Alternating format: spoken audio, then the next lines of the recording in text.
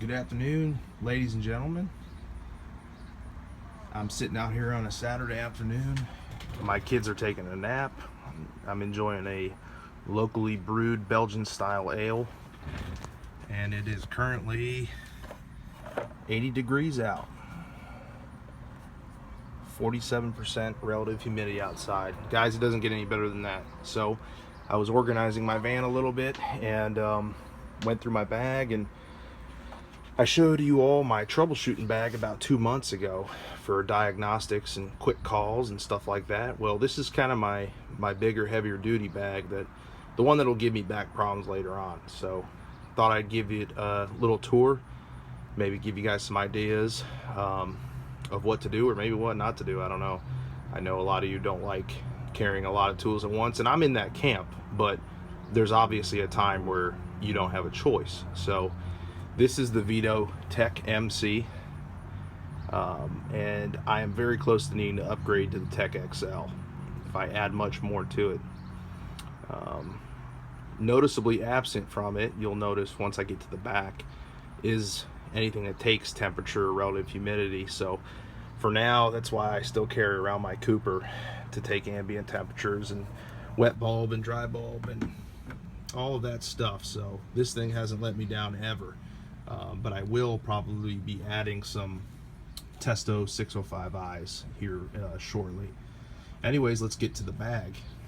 Right on the outside, starting at the handle, I keep my Makita 12-volt impact driver, great for taking off panels and servicing equipment, and I keep a headlamp strapped to the handle as well. The sides, I just keep some Blue Monster pipe tape and electrical tape and a tape measure.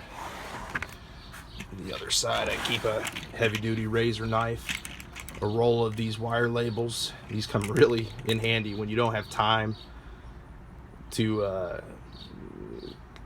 completely wire something up without a schematic, and you don't have time to figure out how it all works, but you just need to cut a few wires, get them back. You can throw these on real quick and keep you moving. So got some Sharpies and some pens in the main hand tool body here of the bag. I guess starting right in the middle, I keep some smaller low voltage stat drivers. These are made by Weha. These are German made, very quality. They're like Wera. They're a competitor of Wera. Very high quality, nice tools, and I like their drivers a lot. I've since bought this Klein 4-in-1 low voltage driver, and honestly this is what I use the most for like changing out thermostats, something like that. This is a great tool as well. I keep some oddball sized nut runners here that I don't use too much, but I have them. My service wrench with adapter for opening service valves, and a condenser. Keep all my pliers right here that I use the majority of. Channel locks, lineman's, a good crimper, heavy duty needle nose, dikes, and strippers. That's a trade term, guys. Nothing else. Carry a heavy duty fuse puller for 3-phase panels. I don't like reaching in a 460 panel with channel locks to rip out a fuse, so I keep these with me. Small torpedo level. Over here I keep a small one of those fuse pullers as well. 8-inch adjustable.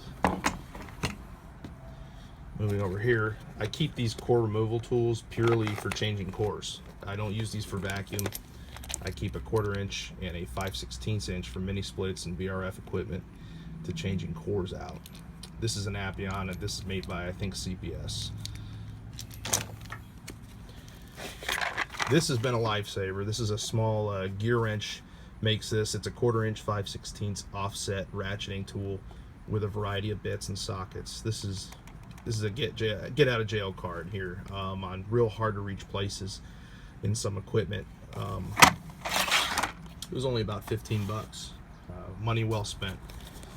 Keep a pouch here, this little husky pouch. I have a full set of metric and standard gear wrenches.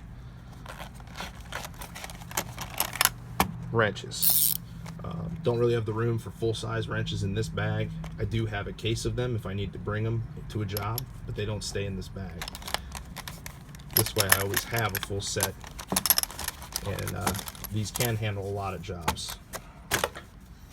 Small nylon brush. These are my newest favorite tool. These are made by Bondis, made in the USA, color coded, ball end, very high quality, metric and standard hex keys. I suggest looking into these guys if you've never heard of them, but they're a great product. I also keep a set of T-handle for blower wheels and set screws and stuff that are hard to get to. I keep a unibit back there. In the back here, I keep all my 1/4-inch adapter nut runners for my impact driver. And I got 1/4-inch actually to 1/2 inch, and then some socket adapters and a Phillips. Keep all my drivers here. Again, I use the Weehaw for my insulated drivers. All size tips, Phillips number 2, 1, 3, flathead variety, some more nut runners, an extension for my impact. I've got a kind of a beater flathead back here, and some bigger refrigeration wrenches, a mini crescent wrench, an 11-in-1, and a small pick for O-rings and hose gaskets and stuff like that. If we move on to the back of the bag, I keep some Nylon, some extra batteries, and a pocket-sized caliper.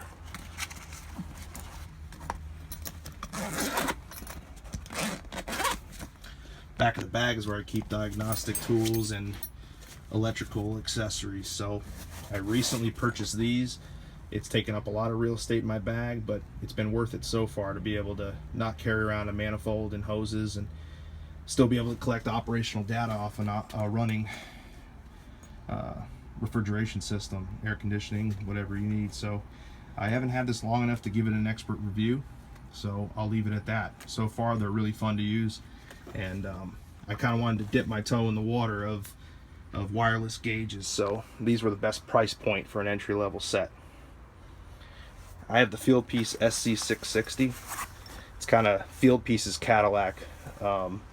It's their newest, I believe, and their most expensive, but boy does it have a lot of neat features on it. Has a phase rotation feature, and it also is great for troubleshooting inverter compressors. If you do a lot of work with equipment with drives or VRF equipment, stuff like that, this is the first meter I've seen that has a clamp feature. You can clamp on and actually read the hertz or the frequency that compressor is running at. Very cool. Keep this case. It's got Schrader cords, fuses, screws, Schrader wire nuts, things of that nature, and some extra control wire. Jumper wires, mini poppers, stuff like that. In this pouch here, my Blue Vac Mini or micron gauge with brass coupler.